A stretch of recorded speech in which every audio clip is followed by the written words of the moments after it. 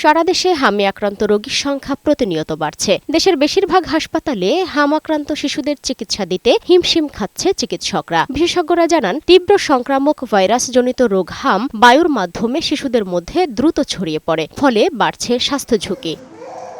এমন পরিস্থিতিতে সারা দেশে শুরু হয়েছে হাম রুবেলা টিকাদান ক্যাম্পেইন। নারায়ণগঞ্জের রূপগঞ্জের জিন্দা এলাকায় এই টিকাদান ক্যাম্পেইনের উদ্বোধন করেন স্বাস্থ্যমন্ত্রী সরদার সাখাওয়াত হোসেন। এ সময় রূপগঞ্জ উপজেলা স্বাস্থ্য কমপ্লেক্সকে 50 শয্যা থেকে 100 শয্যায় উন্নীত করারও ঘোষণা দেন মন্ত্রী।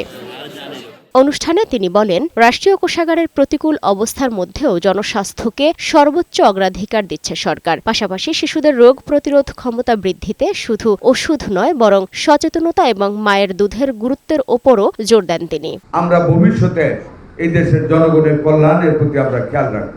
আমরা মনোপুলীয় পাওয়ারকে ভাঙতে যাচ্ছি। আমরা আর কোনো ফ্যাসিস্টের জন্ম হতে দেব না।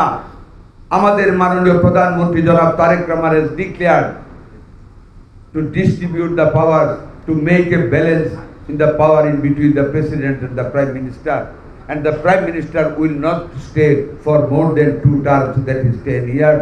রাজধানী ঢাকাতেও এই টিকাদান কর্মসূচি চলছে। মহাখালী, আগারগাঁও, মিরপুর সহ বিভিন্ন এলাকার সরকারি স্বাস্থ্য কেন্দ্র, ইপিআই সেন্টার ও কমিউনিটি ক্লিনিকগুলোতে সকাল থেকেই শিশুদের নিয়ে টিকা কেন্দ্রে আসেন অভিভাবকরা। আগামী মাসে 6 তারিখ পর্যন্ত এটা চলমান থাকবে। আর যারা টিকা নিচ্ছে না তাদেরকে আমরা বাসা গিয়ে আমাদের কর্মী আছে মাইকিং করে অ্যাওয়ারনেস মাধ্যমে তাদেরকে উদ্বুদ্ধ করে আমাদের এখানে টিকা দেওয়ার ব্যবস্থা করছি। হামমুক্ত বাংলাদেশ গড়তে নির্ধারিত বয়সের প্রতিটি শিশুকে নিকটস্থ টিকাদান কেন্দ্রে নিয়ে আসার আহ্বান সংশ্লিষ্টদের। সালমা জাহান মুক্তা, বৈশাখী সংবাদ, ঢাকা।